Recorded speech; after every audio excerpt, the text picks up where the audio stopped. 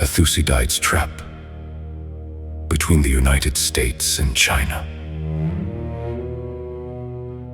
Accelerated along by alienating our allies, reckless tariffs, territorial rhetoric, power grabs,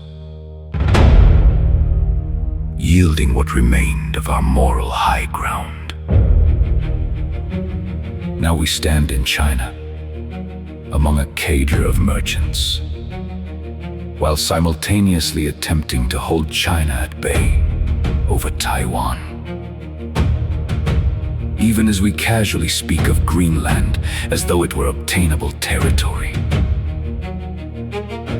Joke of Canada as a 51st state. And now recklessly float Venezuela as an additional state.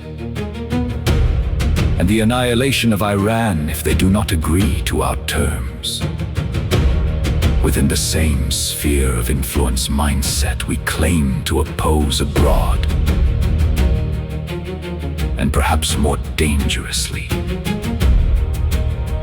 we continue projecting our own assumptions onto China, assuming that because commerce restrains us, it must restrain them equally. But cultures are not interchangeable. Though modern China has changed dramatically, remnants of older Confucian hierarchies still linger beneath the surface. Where merchants historically did not occupy the same revered station, they often do in the United States. And so we risk misunderstanding the very nature of the restraint we presume exists. We gather among merchants believing mutual prosperity is sufficient ballast against escalation, while China may weigh Taiwan not merely through markets and shareholder interests, but through history, legitimacy, national destiny, and the avoidance of humiliation.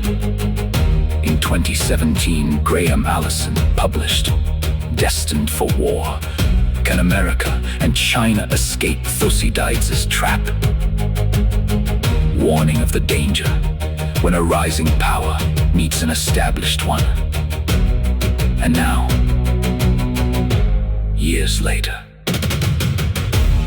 Xi Jinping references it directly, calling this moment a new crossroads. Not the language of an uninformed man, not the language of a man unaware of history, but the language of leadership fully conscious of the stakes. Which is precisely why impulse, spectacle, theatrics, and transactional instinct should not be on the menu. Because what once may have remained a long horizon rivalry now risks compression into a far shorter timeline. As alliances weaken, institutional trust erodes, diplomatic restraint fades, and the perception that we operate under principles greater than raw appetite diminishes in full view of the world. And thus the contradiction becomes increasingly difficult to conceal. We attempt to deny China the language of territorial destiny, while reviving our own, attempting to preserve a rules-based order, while increasingly behaving as though rules are for lesser powers, conducting trade beneath banners of nationalism, coercion, and strategic appetite, while moving ever closer to the very prestige trap history warned great powers about centuries ago, then returned to our awareness by a modern scholar in 2017. Who could not possibly know that barely 9 years later, the warning would feel less like distant theory and more like the world already approaching the crossroads. he feared might come.